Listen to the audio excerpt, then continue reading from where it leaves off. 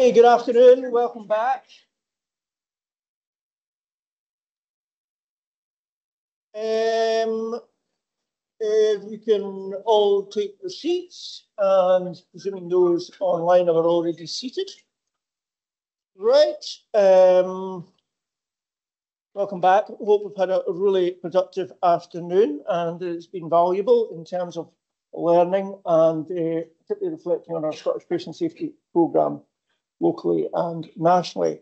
So I've only got one thing to do before I hand over to Simon and to Charles in relation to reflections on the day, is to point out, and I was given a simple task to do, so I can't go wrong, point out the QR code on the screen.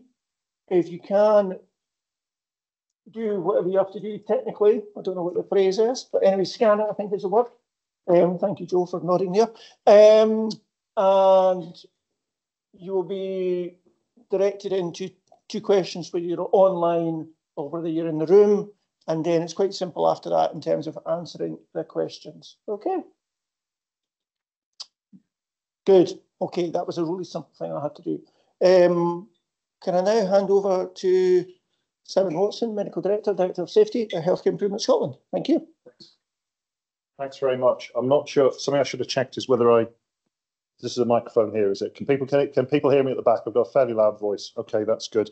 Right, so I appreciate that the next hour stands between you and the delights of the M8 or whatever road you're going back on, or the traffic. Myself and Nicky Moran spent about 3.5 hours trying to get here, but it was well worth it. Charles, I'm not sure Charles has had a chance to have a cup of tea or lunch or anything yet, because we've certainly had value for money out of him, not just because of his outstanding talk, but the fact that we all know that what his team has done. I was just saying this to him a few moments ago, has translated very quickly from very high quality academic research into the way that we do things, and a lot of people want to do, grab you and chat to you in the day. So we agreed that I would do the standing up talky bit, let Charles have a rest and respond to things for the next session. What we want to do for this last session is, yes, have a few reflections on the day, but frankly, rather than me telling you to hear what the reflections are, and you can all agree or disagree, actually make sure we really capture what people have heard and what's important they want to take away, and also what they want to share with others.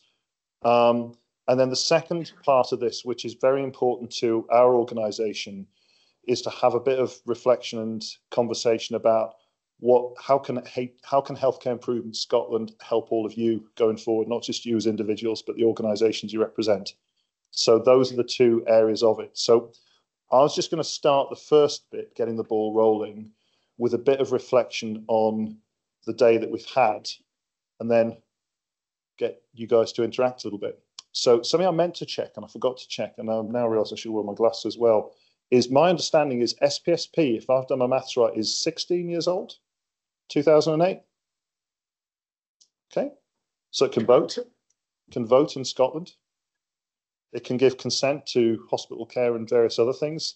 But that is quite a long programme when we stop and think about it. Okay, so you won't all be as old as me, but those who have been around a while will remember programmes coming and going in the blink of an eye, and the thing being the next big thing, and then 5 seconds later it wasn't, and having the life expectancy of a butterfly or some mosquito or something like that. So actually it's quite remarkable that 16 years later we're still talking about a Scottish patient safety programme, and that tells us something really important, which is it still matters. And it was doing things right at the start and is still doing things right now. But it also tells us that it's something that people are engaged in. And I think the key message and reflection we want to give you is we hear that, we see that, and we want you to engage in it by continuing to develop it so that it does what it needs to do in this decade, as well as it did in the previous decade and even the one before that. But even so, that is still quite a milestone for a national programme to still be going with this degree of commitment and the commitment that you're showing. So thank you. In terms of reflections on what we heard during the day, and I'll just do these as sort of high-level themes, I think. So we heard quite a lot about the importance of being curious and thinking about, when things don't look right or things don't seem right, or even if we've just been doing them the same way for a very long time, asking ourselves the question, Is there something there more that we need to look at? Is there something there more that we need to think about? Do we need to do things in a slightly different way? And what is the system actually telling us? And in my sort of, I suppose, the lens I look at this through is, and forgive me, because colleagues in Lothing when I worked there will have got fed up of hearing this, but you're going to hear it once more. I think that people in the NHS in their day-to-day life have at most 100 seconds every hour to fix the system, and the rest of the time is doing the job and keeping themselves alive and well. And that was before the pandemic, so it's probably less than that. So that means we've got very little time in our working lives to do things like this, or to come together, or to actually focus on changing things. Most of the time, it's just doing the job. So that curiosity and reflection on, is this really the right thing to do, or should we do it in a different way, is really important, so we can get the most out of those. Let's hope it's still 100 seconds, but that very brief amount of time that we've got to do things. Another thing that many of us have been talking about today, and I'll come on to in terms of how HIS can support you, is how do we learn from things going well, and how do we learn from things going wrong? And how do we do that in a complex, interconnected world that is proportionate in that it fits into the time we've got available, but has that constant focus on making things better? And how do we avoid falling into the trap of just doing things over and over and over again because it's a process, or it's something that we feel we have to do, rather than thinking, how do we learn from things going well, and how do we learn from things not going so well in a way that's really going to improve stuff? And some of this sounds quite philosophical, but that's a theme that's come up over and over again. And how do we make that a practical thing that we can all do? And the third reflection I'll just give from not only what I've heard today, but some other things that have come up recently in discussion, is the importance of collaboration. So Lord Darcy wrote what in my shorthand is Darcy 2, because I'm old enough to remember Darcy 1, the first report that Lord Darcy wrote in 2007, I think it was, because I was working down in England at the time. And the next one, which was possibly the, as I was saying before I was so rudely interrupted, second report, is he makes a very interesting observation that all the health systems in the UK have tried different ways of driving improvement, but they're all now gravitating towards collaboration. So in all of the UK a number of years ago, and more recently in England, there was very much a focus on competition as a way of driving forward improvement, but actually everybody settled on collaboration. So collaboration was a theme that was discussed today, but actually it's sitting in this room. The fact that we're all here today and we're meeting and we've taken the time and the trouble to do this, and some of us are on teams, I think is a living, obvious endorsement of the importance of collaboration and sharing ideas and working together in driving forward improvement in safety. So those are kind of three big themes that I wanted to just draw out to get the conversation started. But I think what we'd all value is some feedback on what, if you like, more specific things did you hear, or what other themes or important things have you heard in the room today that you'd like to highlight for us and for your colleagues who are here and potentially your colleagues who are online. So I'll pause and see if anyone wants to offer any thoughts, and then we'd like to spend a bit of time talking specifically about what can HIS do. So any other thoughts on themes or frankly just interesting things that you've heard and you think other people should hear about because they weren't in the room? I'm going to need some help here because I haven't got my glasses on and I can see this table and blurs beyond there. Will feeling, anyone want to say anything? I think people may be tired and or shy. Yeah. Go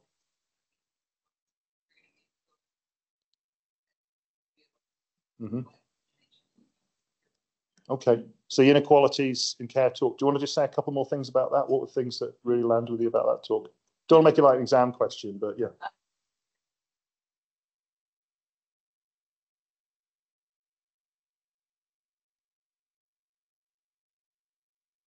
Right.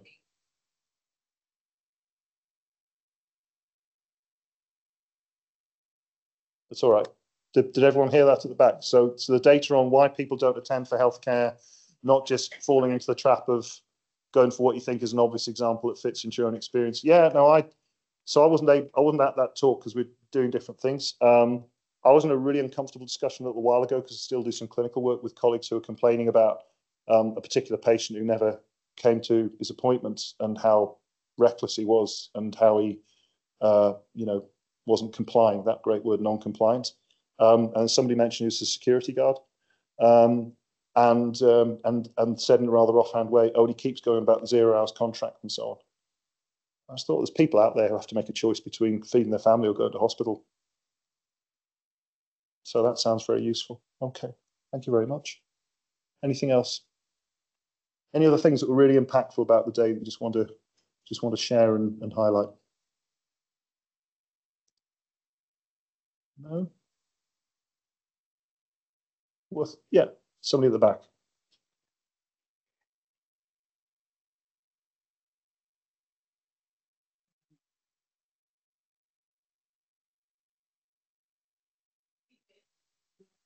Just don't quite get it. Right. That was one of my reflections. I don't know if No, it's okay. I'm not asking for naming names, but are you?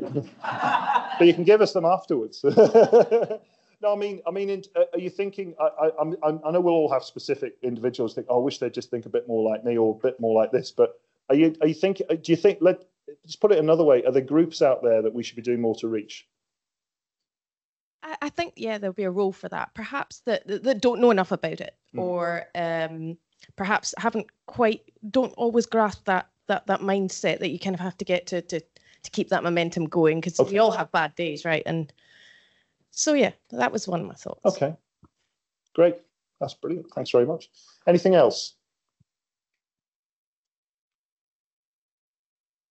Okay. Struggling to make sure I'm not missing any hands going up. I don't want to kind of, we would like to talk about what can Healthcare Improvement Scotland do to help all of you. So I just don't want to take away the opportunity for any of you to share things that you've heard today. So we're going to obviously do surveys. Am I right in thinking one of those questions is in the area of what did you hear today and how can we do this better? Yeah. So you've got another opportunity to do that. Okay, great. All right. Well, look, let's move on to the next slide. Did somebody change it? Am I supposed to do that? Or I can do it if you want. Right. Okay. So I just want to set a little bit of the context of Healthcare Improvement Scotland and safety at the moment. So we are a pretty small organisation. There's 500 odd employees in Healthcare Improvement Scotland, and at times, even when you're an employee, it's easy to almost forget the wide range of things that we do. So you're all here today because of safety. You'll know about SPSP, which is probably our most high-profile area of work in Healthcare Improvement Scotland. But if you've had the time to have a glance at our strategy or looked at some of the other things that we've put out recently, you will read very, very, very clearly that we see safety as probably our highest priority. It's a risky thing to say in such a complex organisation, but probably our highest priority for at least the foreseeable future.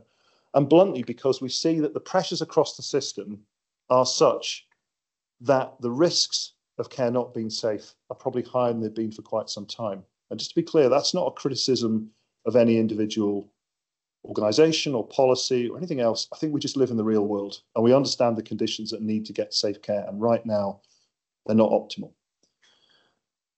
We do have a wide range of functions, including things like the ability to collect high quality evidence to support best practice, real in-depth knowledge on how to go out and engage with communities, real in-depth knowledge about how to improve care at the level of individual processes and practices up to transformation. A lot of clinical knowledge from many of the people in the room working with us as employees or people out there in secondments and other things. And these all allow us to have more than one response to a particular challenge. So a big message we want to get out there is safety is an organizational priority, which means it is the SPSP program as you might have experienced it, but it's actually what can the whole organization do. So what can we do with our functions around evidence and going out and seeking what's the evidence for best practice? Where is there ambiguity and how can we help there? What can we do around engaging with people and communities to drive to make sure that we're focusing on the right things? Conversation numbers had a minute ago. What can we do around improving significant adverse event reviews, which is a challenge for us as a national organisation because we want to produce commentary to say, here are the key themes coming through. But I'm looking around the room. Is anybody finding it easy to deal with all the SAR reviews that you're currently doing? Because if you are, and if you're finding that's not a problem for your board, we'd be really keen to hear, because we see it as a challenge across the piece. So strategically, we want safety to be a really high organisational priority, but for the whole organisation to contribute to it using the skills that we've got. And there are some particularly important priorities for us in the next year or so. So one of them is to try to produce better intelligence about the themes relating to unsafe care for the whole country. So we know that many of you out there in boards will be focused on very specific areas, clinical areas and other related things, really working on trying to drive safety in your areas and tackling very specific issues. And that's important. That's what we want you to do. But a really important thing for his is to be at a slightly sort of higher level and to be able to say to you across the whole country, these are the things that we're seeing as particular threats to the safety of care. This is the kind of variation we're seeing.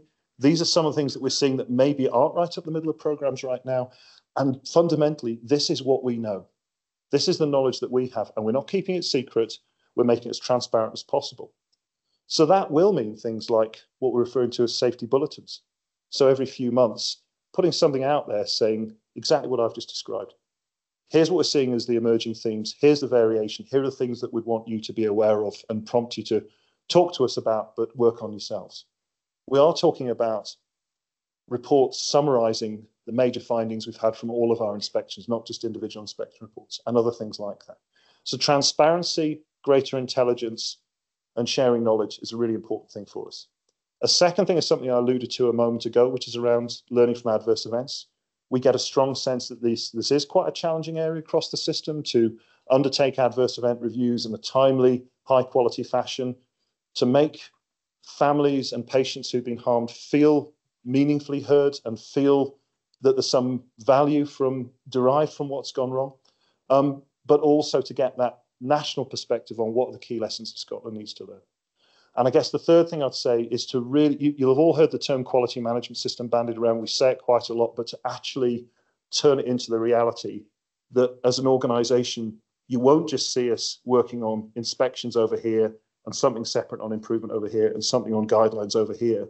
We will focus on a key area, as we are doing with maternity, and say we want to provide national leadership in defining what the standards of good care are, providing an assurance function to say how good are we in comparison to those, and then providing really meaningful improvement support in a variety of ways I've just talked about to bridge the gap between what we'd like to do in the standards and where we are in terms of what we're seeing with assurance.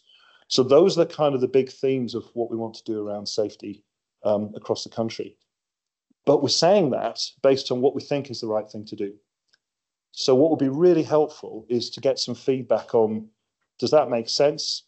Are we missing something obvious? Are you concerned that in having a focus there, we might do less of something else that's really valid, or just any other ideas you have? But this is it's not the only opportunity, but this is quite an important opportunity for you to just tell us what you think Healthcare Improvement Scotland to do to help your organisation over the next year and beyond. Now, we can do that in a couple of ways. Again, there's a Slido, what do you call this thing, the QR code, and you'll know how to link into that. There's a link there, and there's a code for getting into that, so you can put something on the screen. You can put something to us in terms of, your own feedback, and if you like, anonymous feedback. But for those of you who feel comfortable speaking up, and that won't be everybody, it'd be really good to just hear some immediate thoughts on what I've just said, what you value from Healthcare Improvement Scotland, and are there any things you'd like us either to protect or to do more of? So please feel free to use your phones to do that bit. But if people want to speak up, I'd be keen to hear what people think. Okay, and again, I'm going to need some help with hands, but there's a gentleman there. Yeah. Hi, good afternoon. That's all right.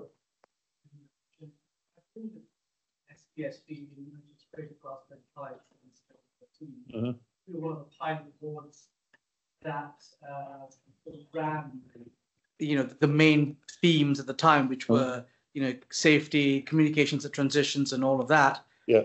In the early days of the program, there was a very clear structure and format of SPSP that we were able to cascade down from management to frontline and then motivate ground staff to take on board that. That has become more difficult after the pandemic, the staffing issues and the resources and all of that. Right. But people still come up and ask me what's happening with SPSP. Right. So your first point early on, it's been going on for 16 years. It's still percolating in the conscious of people. But we are struggling to keep that momentum going because we're struggling with the lack of, I wouldn't say top heavy, but direction and structure, which we had before, which was very vital to us and allowed us as a local board to prioritize and to drive through some of the initiatives. I think safety is excellent. I think we are increasingly operating in an environment of heightened risk. And perhaps within that, if we could identify a suite of improvement opportunities, we could cascade that health board wise down. Brilliant. I'm really glad you've made that comment, and thank you very much. I'm going to just give an initial response to that, but I'll be keen if others want to come in on this theme. So I remember very well the early days of SPSP and similar programs like that, and 100,000 lives in the USA, and they were absolutely, I mean, they were genuinely groundbreaking. And the change, I remember saying to Jason Leach, they've really ploughed the field, because I was one of the people who was saying a few years earlier, we really need to do something about this. Healthcare is now harming too many people. We need to do something about this. And people didn't know where to start. There was a lot of defensiveness, there was a lot of uncertainty, and they still had the same problem, the 100 seconds an hour. But there was some low-hanging fruit where actually there were very clearly defined things that just should be done all the time, that you could define in a package and say, we just need to do that all the time. And if we do it reliably, things will improve. So within, apologies, is a very hospital, secondary care focused example, but ventilator-associated pneumonia, that's pretty much gone now. But, that was very much a real thing a few years ago. And we haven't got rid of C. diff completely, but I remember doing ward rounds where every other patient you seemed to see had that. And it's not just newer and better hospitals and got rid of it. So, and the cultural change has been enormous.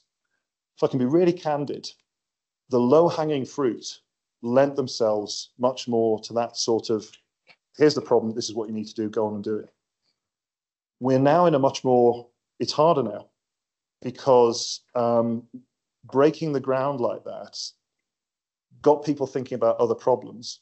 And the model with which SPSP is being developed is to keep going looking for something where you can apply a kind of a change package and approach like that. And it's getting harder and harder to do. I'm not trying to make excuses, but it's not quite the same as it was back in 2006 when we had the VAT bundle and things like that. But something I have noticed, and I just want to put this out there as a question, is that we keep coming back to the same themes. So there seem to be, all right, don't shoot me, critical care colleagues, but we sort of cracked VAP, because of ongoing efforts. It's not such a problem as it was.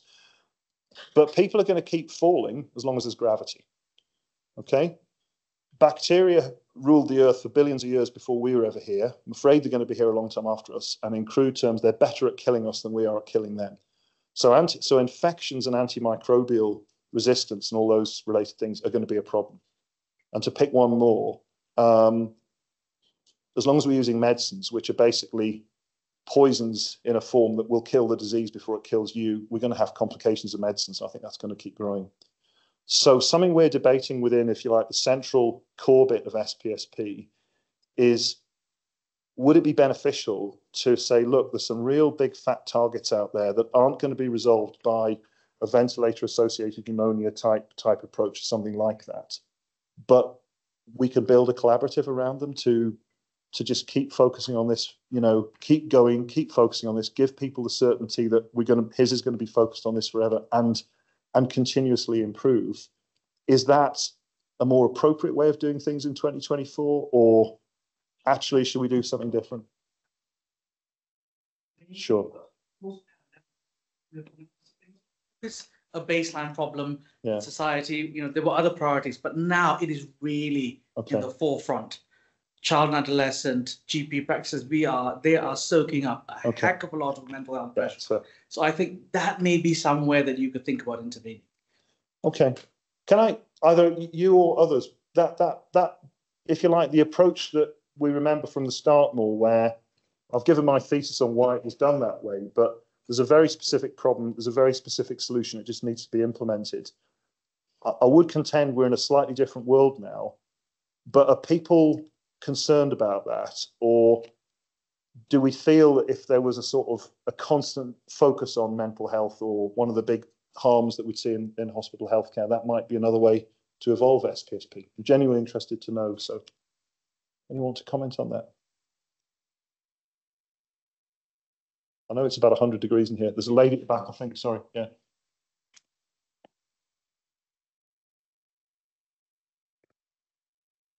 Right. Which is a huge amount of work that's already been done with Ness and other colleagues, is really, really key. Yeah. So I used to work for the Rivers Centre for Traumatic Stress, and there's just so much connected to population health and the non-health determinants of health, so socials. So I think that's probably the angle I would go with that. Thanks. Okay, thanks very much. Charles, do you want to come in on this? Of course you can, yeah, go for it. I actually get it about, SPSP has been so successful. As you say, it's been built on process improvement, which was absolutely right and proper and good, but now it's got to evolve in some way.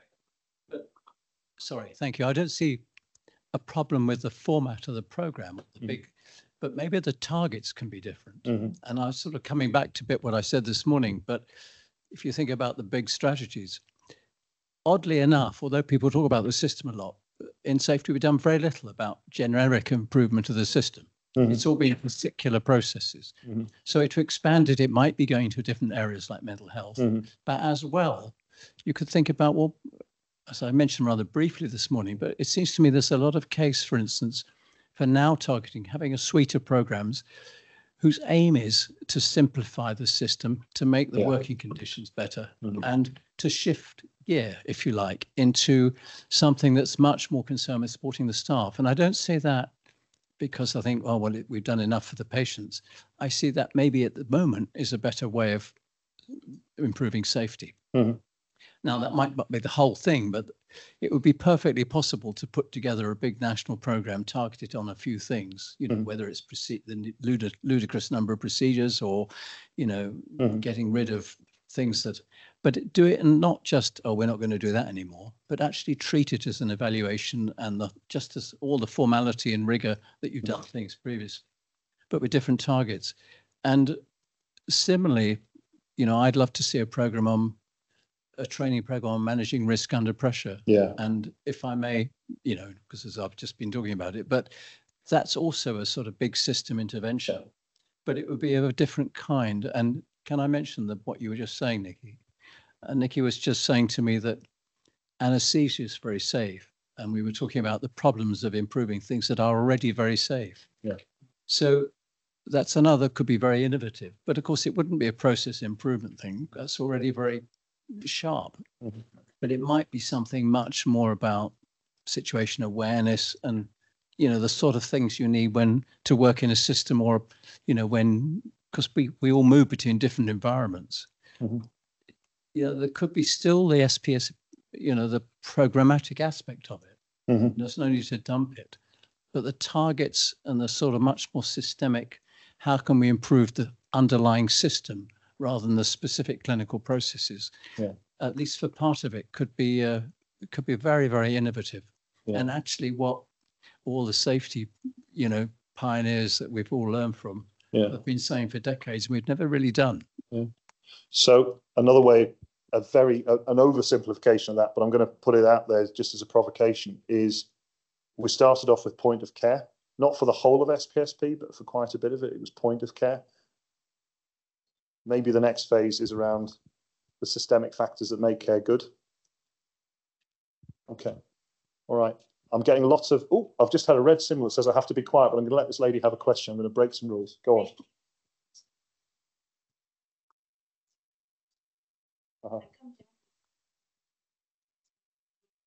Right. The question I have. I just hear you say, hopefully you'll come and inspect our unit. I think that's what's happening. Come January. We've been told. We don't hear that every day of the week. I've heard that you're coming. We can't tell you when we're coming. Time in January onwards. Go on. And so you spoke about collaboration. Yes. So reflecting on my position and the unit where I work, I would like some assistance from HIS with regards to collaboration with expertise that comes from communities.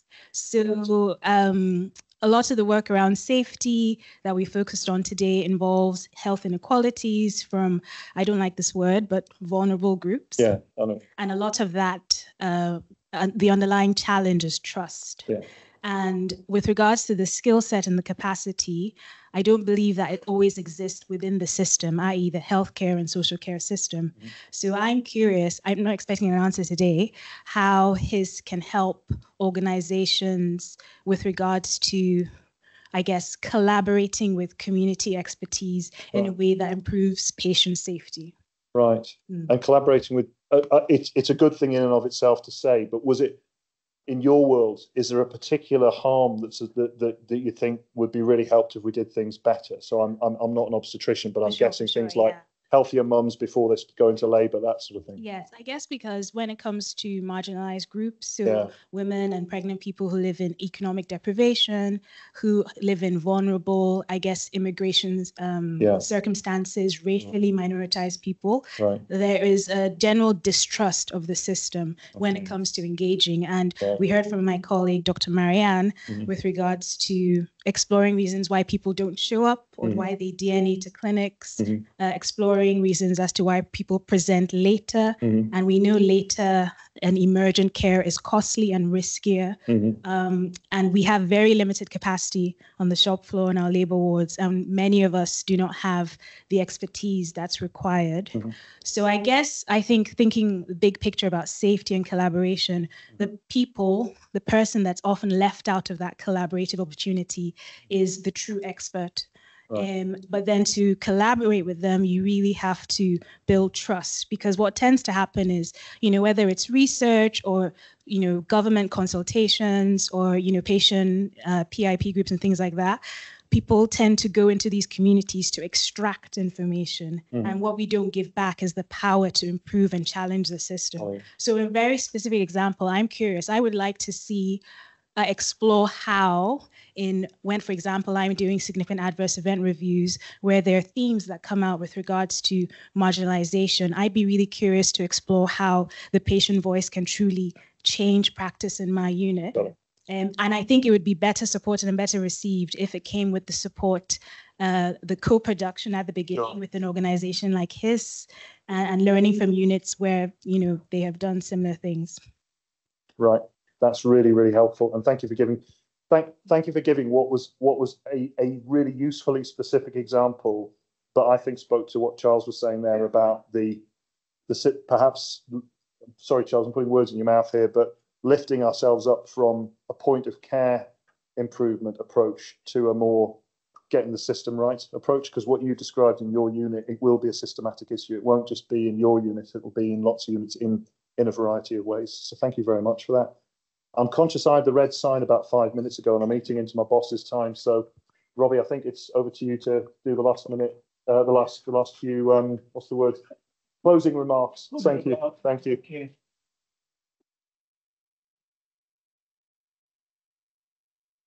Well, thank you very much for these contributions and particularly the last period of time today. And I think it's been important to reflect on those remarks about the points a number of you made in the room about how do we build on success, but for the context that we're into today, and we'll certainly take those points away. So what it leaves me to do is to not stand between you and the road ahead, and to say, firstly, thank you for engaging here in the room and indeed online. It's been tremendous in terms of the participation and the contributions. A big thank you to Professor Charles Vincent for your contribution, your wise words and your encouragement that you've given us today. Thank you to the Golden Jubilee National Hospital and its usual hospitality, and a very big thank you to the team who have supported this event and put on all the hard work in making sure it's a success. I just want to put on record my thanks to the Chief Executive for all that you do. So we will have the opportunity in terms of the resources. We've got that in the delegate digital bag, and please use that. The last thing it allows me to say is quite simply is again to remember to fill in the evaluation survey. Important that you do that. We want to have the feedback, and if you can do that, and certainly important that we take the learning from this event and to improve further for the future. And last and above all, please have a safe journey home, and I wish you all the best, and we'll be in touch. Thank you.